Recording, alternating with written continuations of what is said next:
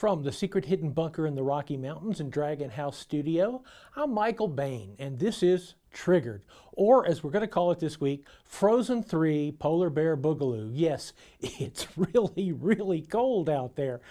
In fact, I can't go to the range and shoot because I'd get stuck to, the gun, just kind of like if you lick an orange juice container or one of those things. Anyway, this week we're still doing a lot of things from the SHOT Show, SHOT 2020 in Las Vegas. Every year at SHOT, I spend some time at the Streamlight booth, and I go over all their new stuff. We do a little video. Now, I've been doing that for 4 or 5 years. Streamlight is indeed a sponsor. They're one of my longest running sponsors. I'm really very proud to be associated with Streamlight because they do good work, and they do good work that you can afford. Like this, of course, this is my particular Mossberg Shockwave, and it's got the Crimson Trace green laser on it, and this is the TL Racker. We're going to be talking about it. You've seen it on the 870. Here it is, basically, on a Shockwave. It's a light, 1,000 lumen light, and it's reasonable. I've seen these things for as low as 130 bucks, 148, 150 buck MSRP. It's an excellent product, as are all Streamlights. Video's a little sketchy. Filming at trade shows is just a little bit of slice of hell. But in any case, let's go. Okay, at SHOT Show 2020, we're once again here at the Streamlight booth with Bobby Knight. The incredible thing you may notice is his beard got longer because he never left the convention center since last year. He's been living like a wild animal in the back on a cot. He's eating old like caramel popcorn and stuff. Hi, Bobby. Hey, good to see you, Mike. Thanks for stopping by. Yeah, I had to stay here and work on everything that you wanted us to have for this year, so I've been busy. All right, Streamlight is always changing. That's one thing. In all the years that I've worked with you, it changes every single year, and I see some things here on the table that I've never seen before. So, and heck, it was only like a few months that I was actually up there. Yeah, we might have kept a few secrets from you when you walked through the factory, but so yeah, once again, we got a lot of new product and we have a lot of upgrade product. So let's jump right in. The TLR7, which was introduced last year, great hit, really designed for that subcompact, mid-size gun. Well, we had some customer feedback on the switches, and that light kind of evolved into a duty light instead of what it was originally designed as a deep cover inside the waistband light. So what we've introduced now is a new TLR7A. And what we've done with the A model, we've got actually 2 different switch options. So you can see it comes much further back. Yeah. And it's a lot easier to operate for the guys with the short fingers. Or we have people that complain that they want to operate with one finger. So now you can, no problem at all, just reaching up and hitting that. Works just like the 7. So if I keep pressure on it, it's a momentary. If I just hit it one time, it stays on constant. So this is the TLR7A high, and then this is the TLR7 low. You can see the little paddle comes down a little bit lower. And this position is actually the same position as a TLR1 when you're running as a momentary, in the down position. So, and to make things easy for the consumer, we actually throw both of these tail caps in the box. It's called a TLR7 Flex Kit, and the consumer can decide which switch they like. So it's a great package. You have the choice to whichever one fits your hand. And it is something that still works on a compact gun. Oh, absolutely. I mean, this is the time of the compact 9mm. Yeah, and it's still very flat, snag resistant.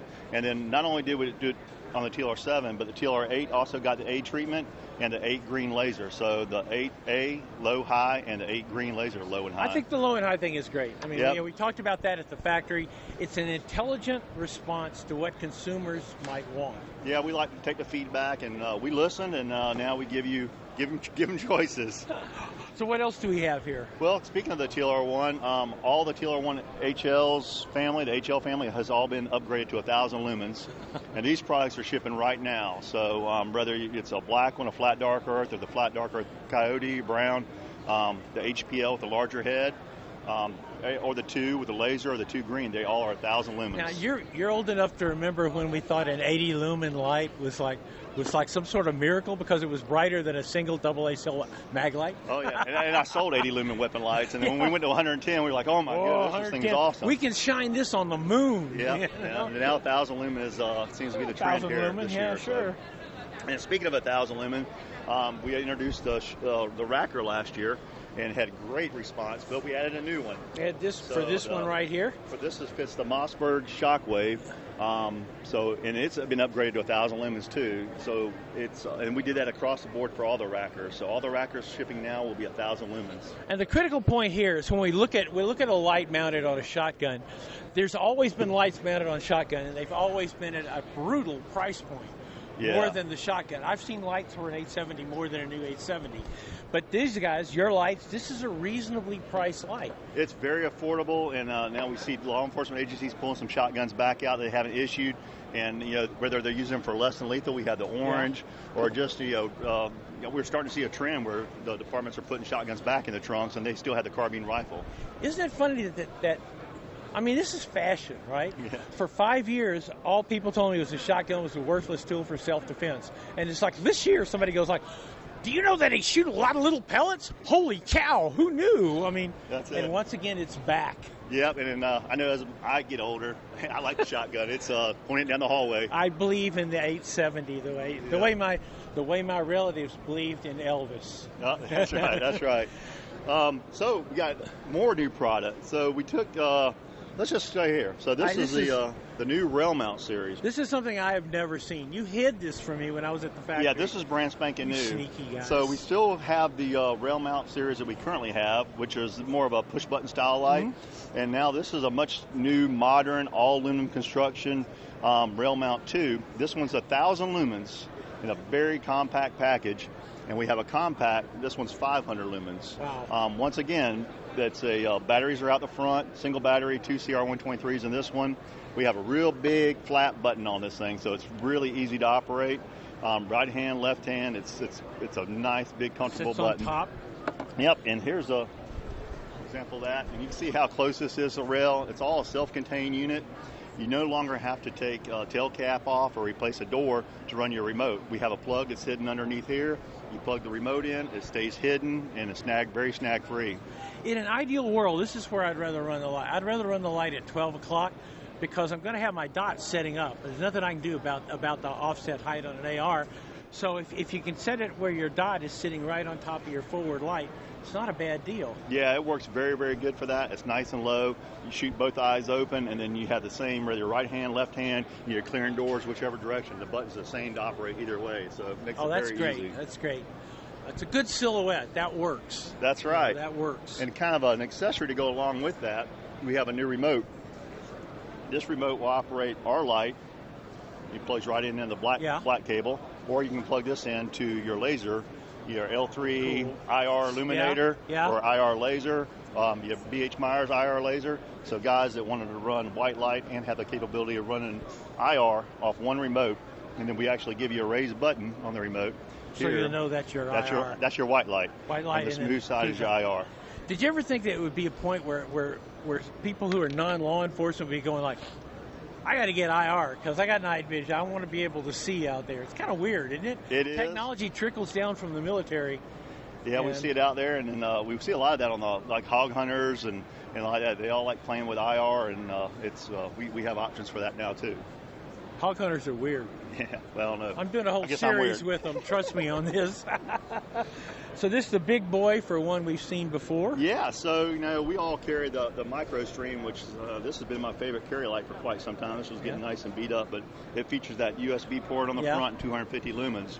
Well, this is called the Macro Stream. So this is like a AA size light, I guess, and it has the port right here in the front to keep it charged as well. But this is actually 500 lumens. So it's twice the output as the Micro Stream. And you can see it's really not that much bigger. No, it's not. It's still a very nice size light to carry in your pocket. You'll never know it's in there. And we start shipping these in just a few months, and I'm looking forward to getting one of those. And one of the things that's important with these guys is you take this and you put the charger and you plug it in and leave it in your car. So no matter what you say, I need a flashlight in the car, the battery is always dead on the flashlight in the car. That's a universal truth. If it's plugged into the charger, it's not dead. And trust me, when you need a flashlight in a car, I've done this, it really needs to be good. Yeah, and we're looking forward to that. It's a nice little lithium battery, too, so it actually holds a charge a really long time, and on 500 lumens, it runs 2 hours. So that's pretty good. That's really good. Yep. And then, of course, you got this guy still here. Yep. I have one of these just to survey my kingdom. We need to get you this one because that one will shine almost a quarter of a mile, actually a little over a quarter of a mile. That's a new 1,000 lumen Waypoint 300, and we've updated it, gave it more lumens and a lot more candle power. So that thing's almost like 270,000 candle power. Good grief. Use it to scare coyotes. I see you. You're okay, but I see you.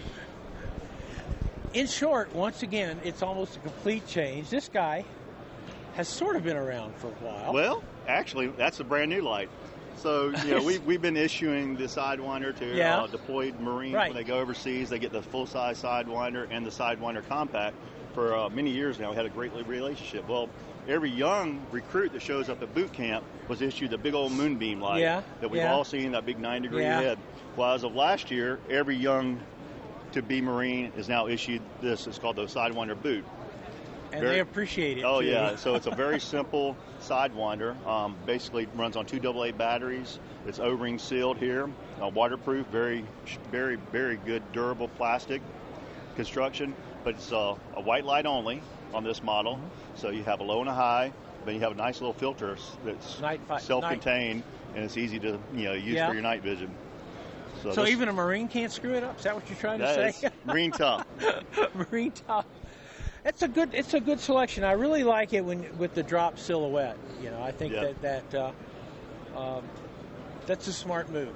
Yeah, it's going to be a great product for us. We got great feedback here at SHOT Show with that product, and people love the new switches as well. So I think it makes sense. Anything that makes it easier to use in the dark. That's it. That's the key.